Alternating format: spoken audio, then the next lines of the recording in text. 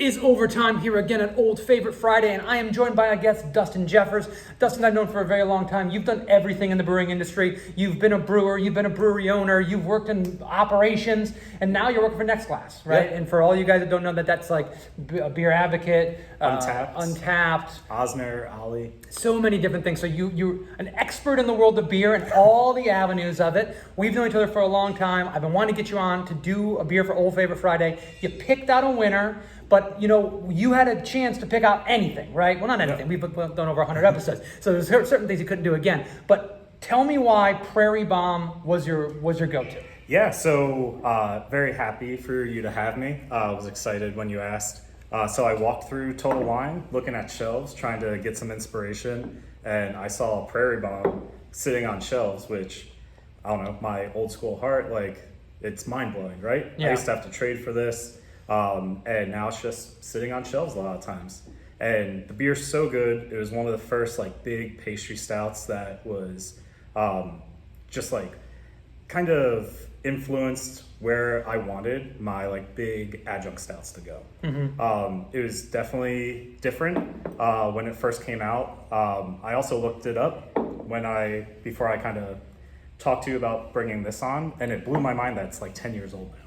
And it's very important to say, because I get some crap sometimes because people are saying that's not an old beer. Listen, in the craft beer world, 10 years is old. Yeah. And particularly with a beer like this, which I don't know the exact chronology, right? Mm-hmm. But I would have said that it either was an early adopter or on the very beginning of the pastry stout category, yeah. Right? And for you guys who don't know this, there's chili pepper in here, there's coffee, there's vanilla bean, there's cacao nibs. I always pronounce that wrong.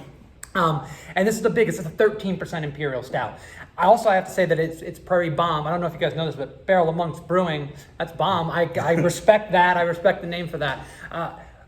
People that watch this often know that I rail against over-extracted, overly done pastry stouts. Yeah. They're thick as motor oil. They just taste like the adjuncts. They're too sweet. And some people might say, well, isn't that what this is?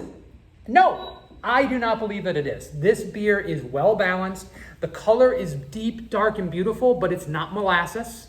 It's got good mouthfeel without being cloying. The sugar balance is really nice, and even the balance of all the adjunct ingredients. There's a little coffee there. I'm getting a little coconut. I'm getting vanilla. Not one is dominating the other. What are you tasting in here predominantly?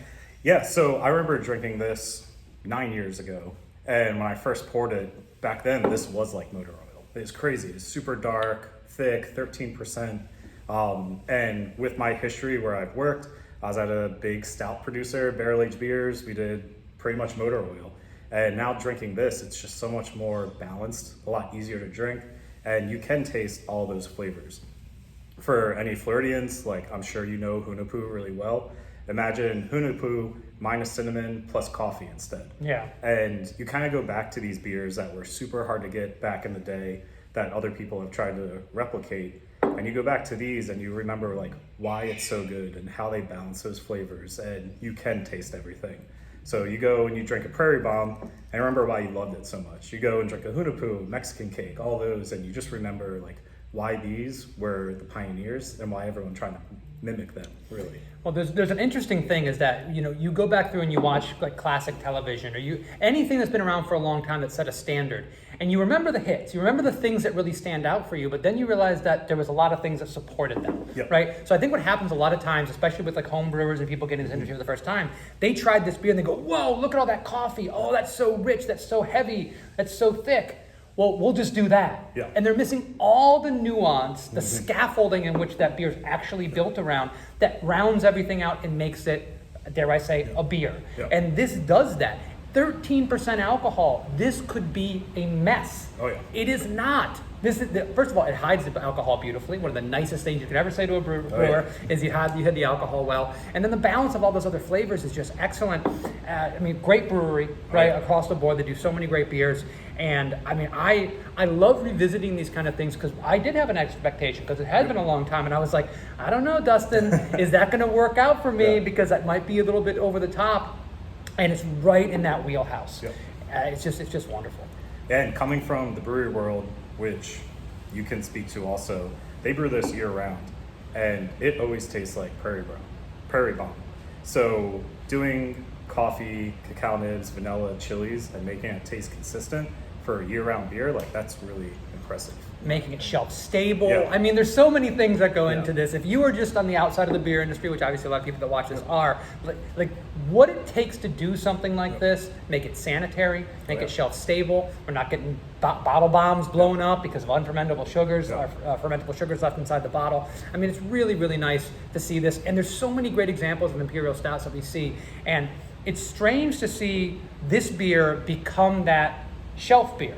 Right, and because for a long time it wasn't, and we've seen this with a lot of different things. I mean, Goose Island, Bourbon County Stout, locally, Funky Buddha, Maple Bacon Coffee Porter. You could not get these beers, and now all of a sudden you're seeing them more often, and you might think, well, that makes it less special. That's in the eye of the beholder, because the beer has not changed, right, necessarily. Sometimes they do, but this one I don't think has. It's just more readily available, and we need to remember why it was so sought after in the first place. For sure. Yeah. Anything else you want to say about the beer, Dustin? No, really happy for you to have me on, and excited to drink some Prairie BOMB. You want to plug anything? You want to sign everybody up for Untapped? We want to sign everybody up for next. If you're watching this, go grab a bottle of Bomb and then sign up for your Untapped and go in and rate it. There you go. It's also crazy. We were talking before this, like it's still a 4.3 on Untapped for being 10 years old. Like that's also really impressive. I mean, listen, we know how those go. Yeah. Those ratings go up and down, and you get people that don't know this style of beer at all, and you get like, don't like stouts, 1 star, right? And you still have a beer that does this well. Great reputation, well deserved. A excellent entry, Dustin, in it for Old Favorite Friday. Love having it. Love having you on, and we'll see you next time. Please poke around on the channel, see longer conversations. We have other guests that come in from time to time, just talking about great beers, and we'll see you next time. Cheers. Cheers. Cheers. This way.